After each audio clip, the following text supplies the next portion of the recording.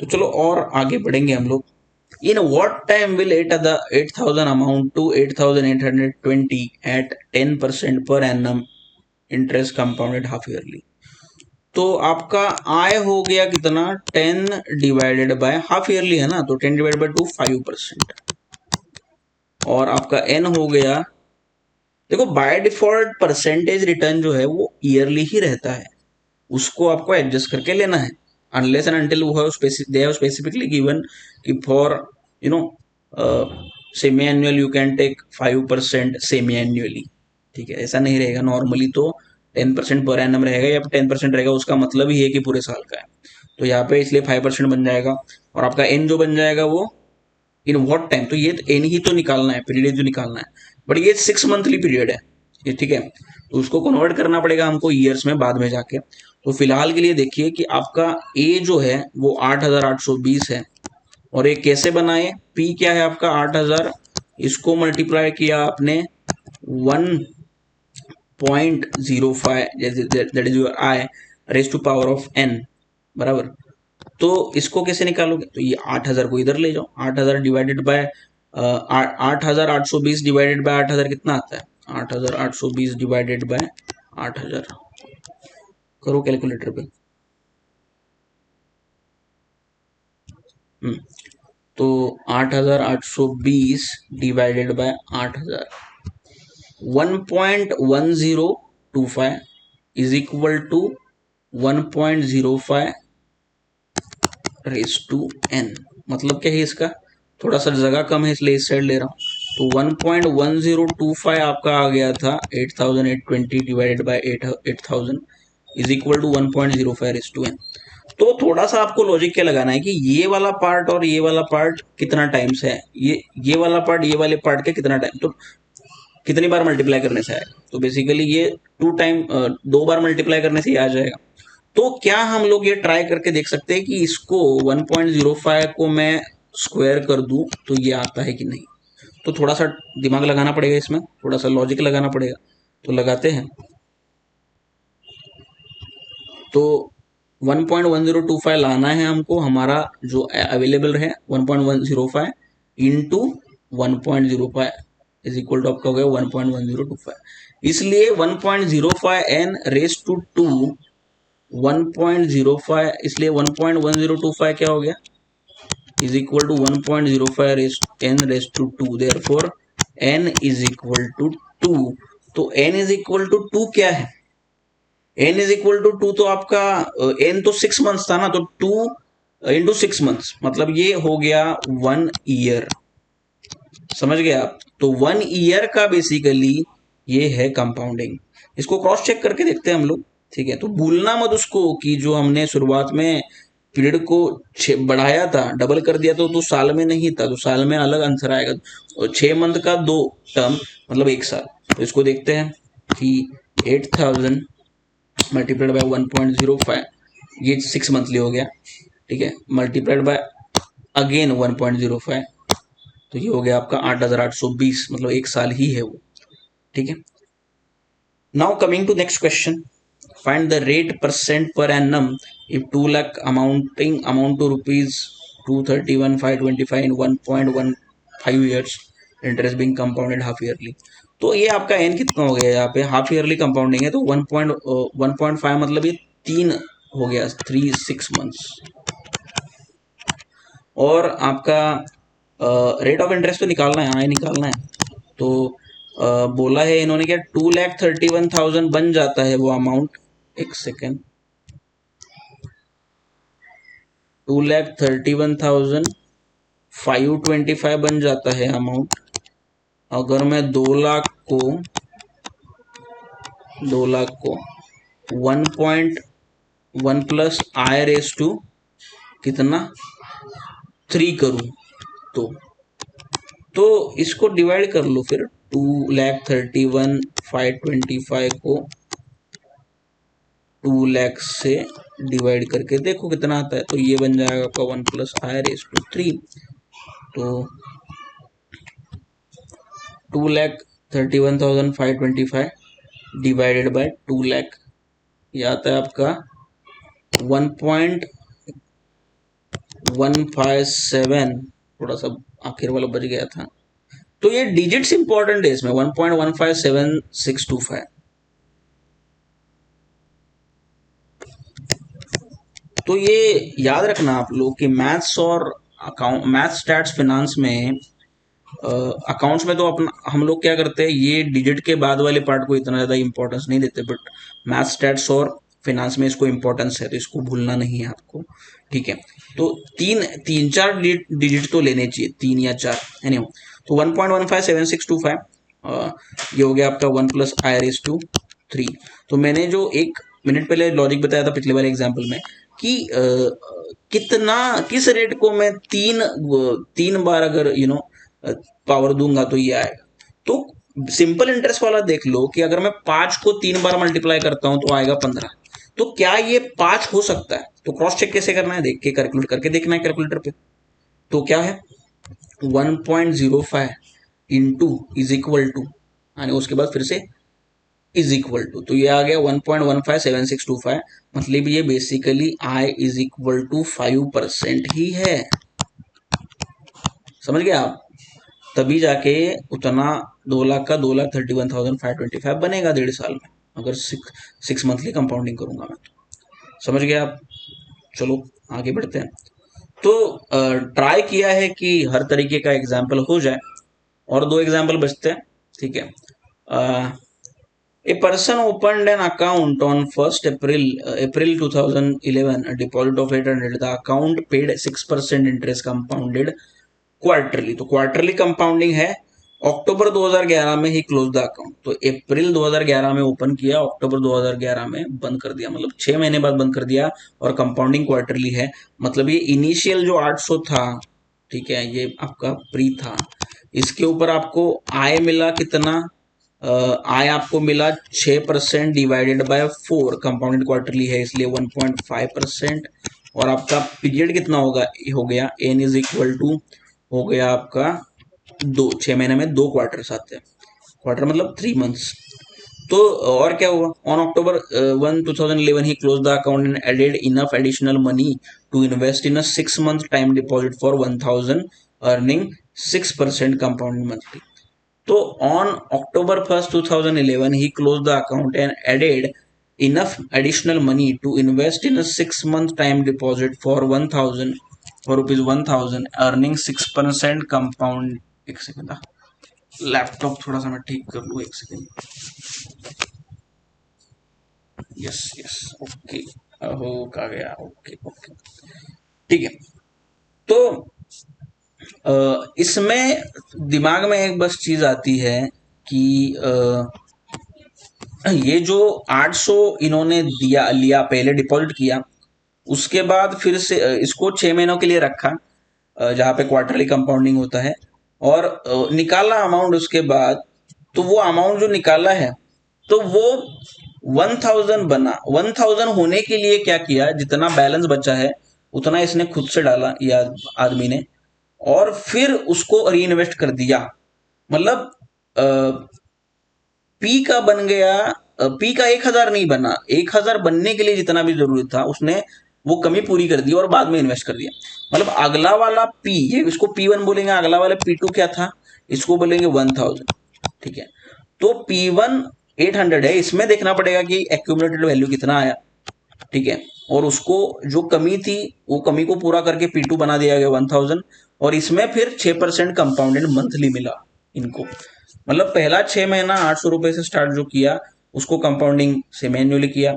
दूसरा, और उसमें जो भी अमाउंट बना उसको 1,000 बना दिया गया शॉर्टफॉल भर के, उसमें 100 रुपए अगर कम पड़ गए तो 800 का 900 हो गया सपोज 6 महीनों के बाद, वो 900 में 100 रुपए ऐड करके 1,000 बना दिया गया, उसको कंपाउंडिंग अगेन किया 6 महीनों के लिए, जहां पे कंपाउंडिंग होता है मंथली। सवाल क्या पूछा है, how much additional amount did the person invest on October 1, तो ये पहला सवाल है, तो इसलिए यहाँ पे P1 का ए कितना हुआ और ये देखना पड़ेगा, और वो 1,000 में से इस ए को माइनस करेंगे तो पहले सवाल का जवाब मिल जाएगा। What was the maturity value of this time deposit on April 1st 2012?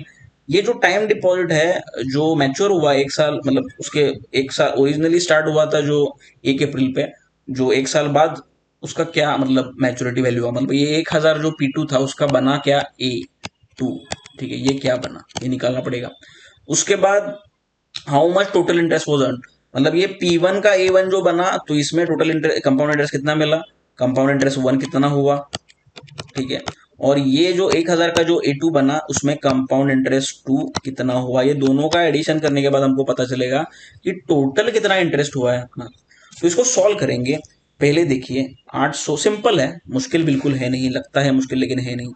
800 का अपने कंपाउंडिंग क्या किया 1.5% के हिसाब से 2 बार, तो 800 का देखिए सिंपली 800, ठीक है, क्योंकि 6% इज एनुअल इंटरेस्ट रेट ना, तो 800 इंटू 1 पॉइंट, देखिए 1.1 नहीं 1.015, ठीक है, तो ये एक बार ये 2 बार, तो ये 824.18 हो गया।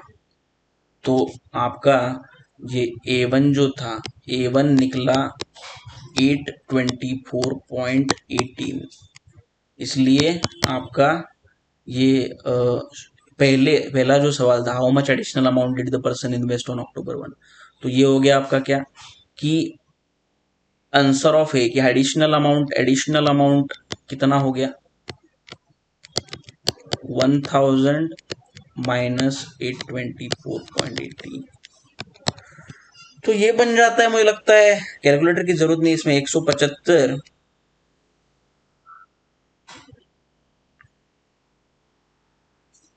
175.82, तो इतना एडिशनल अमाउंट इन्होंने इन्वेस्ट कर दिया, ठीक है।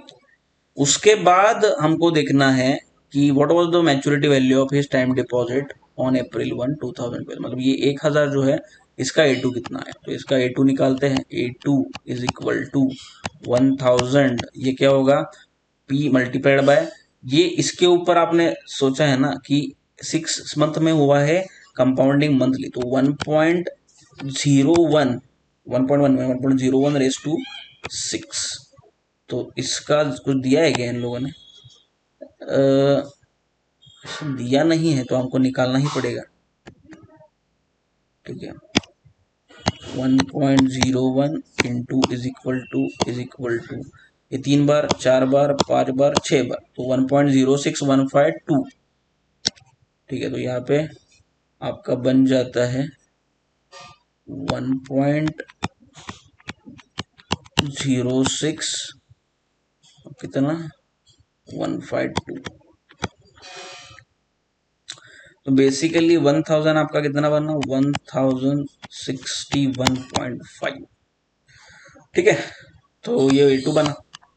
तो भाई कंपाउंड इंटरेस्ट कितना मिला दोनों में, हाउ मतलब ये how was the maturity value, तो व्हाट वाज द मैच्योरिटी, तो मैच्योरिटी वैल्यू तो ये हो गई 1000 की 1061.5, दूसरे सवाल का जवाब मिल गया। तीसरा सवाल का जवाब how much total interest was earn, तो टोटल इंटरेस्ट कितना मिला 1061 वजा 1000, मतलब A2 माइनस P2, ये प्लस A1 माइनस P1, ये आपके तीसरे सवाल का जवाब। टोटल इंटरेस्ट बोलेंगे इसको, total interest is equal to 1061.5 minus 1000 plus A1 क्या है अपना, A1 है 824.18 माइनस 800, ये 61.5 प्लस 24.18, मतलब कितना हो गया 61.5 24.8 85.60, ये टोटल इंटरेस्ट मिला। समझ गए आप, समझ गए। तो आगे बढ़ते हैं, आखिरी वाला एग्जाम्पल लेंगे कि थोड़ा सा इस टाइप के आते हैं, तो थोड़ा सा मैंने आपको टेस्ट दिला दिया कि कैसे रहते हैं। तो ज्वाइन कीजिए हमारा rapid preparation course to do exam oriented study in just 2 months. If the difference between the compound interest and compounded annually and simple interest on certain amount at 10% per annum for 2 years is 372, then the principal amount is, फिर से पढ़ते हैं, if the difference between the compound interest compounded annually and simple interest on a certain amount at 10% per annum for 2 years is 372, then the principal amount is, तो एक principal amount है उसको एक जगह पे कंपाउंडेड कंपाउंड इंटरेस्ट से compound interest से जो कंपाउंड इंटरेस्ट दिया और एक जगह पे सिंपल इंटरेस्ट दिया, तो दोनों इंटरेस्ट में डिफरेंस आया है 370। तो कंपाउंड इंटरेस्ट क्या है आपका, P into 1 plus i raise to n minus 1। ठीक है, तो ये कंपाउंड इंटरेस्ट है। आपका सिंपल इंटरेस्ट क्या है, सिंपल इंटरेस्ट है P इंटू आई इंटू सिंपल माइनस P बराबर P इंटू आई इंटू टी, नहीं एक सेकेंड, यही है, इतना ही है, P इंटू आई इंटू टी। तो फॉर्मूले याद नहीं रखता मैं, लेकिन लॉजिक से याद रह जाते, P इंटू आई इंटू टी। तो ये थोड़ा समझना आप, ये मल्टीप्लाइड बाय है नहीं हो, तो इसमें वैल्यू ये करते हैं ना। तो बेसिकली 372 क्या है, तो 372 is the difference between compound interest and simple interest, मतलब difference between these to.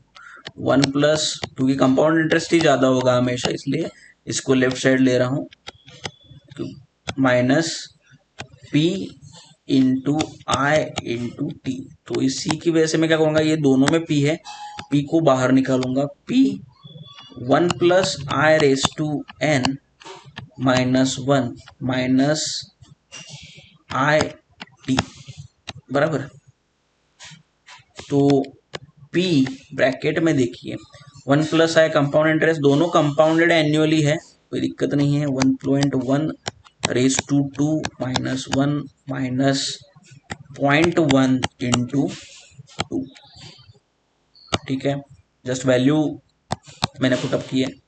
P 1.1 into race to 2 कितना हो गया, 1.1 रेस टू 2 मतलब 1.1 into 1.1 1.21 1.21 minus 1 minus 0.2। So 1.21 minus 1 that is 0.21 minus 0.2 is equal to P into 0.01। तो ये 372 is equal to आपका हो गया P into 0.01। so आपका P हो गया 372 divided by 0.01 that is rupees 37,200 आपका ये अमाउंट है। इसके ऊपर कंपाउंड इंटरेस्ट और सिंपल इंटरेस्ट का डिफरेंस आएगा 370। ठीक है, समझ गए आप। तो आई होप आपको अच्छा लगा हुआ लेक्चर। एक्सरसाइज देखते हैं आपका आज का क्या है। अगला वाला पार्ट ये टॉपिक का हम लोग बाद में देखेंगे। तो ये दो प्रॉब्लम्स मैंने आपको दिए हैं जो स्कैनर में से निकाले हैं, प्रीवियस ईयर में हमको मिले थे। If compound interest on sum for 2 years at 4% is 102 and then simple interest on the same sum for the same period at the same rate will be कितना। तो ऐसे ही इसी टाइप में आएगा ये जो हमने देखा अभी। A man invests an amount of 15,860 in the name of 3 sons A, B, C in such a way that they get the same interest after 2, 3, 4 years respectively. If the rate of interest is 5%, then the ratio of amount invested in the name of A, B, C is। तो इसको थोड़ा सा tactfully करना पड़ेगा आपको। देखते हैं आप कर पाते कि नहीं, नहीं तो डाउट सेक्शन नहीं तो कमेंट सेक्शन में पूछ लीजिए, लाइक कीजिए, शेयर करिए, सब्सक्राइब कीजिए and revise this topic today and be ready for rapid preparation course. And सबको सबको मेरी तरफ से हैप्पी दिवाली। Thank you.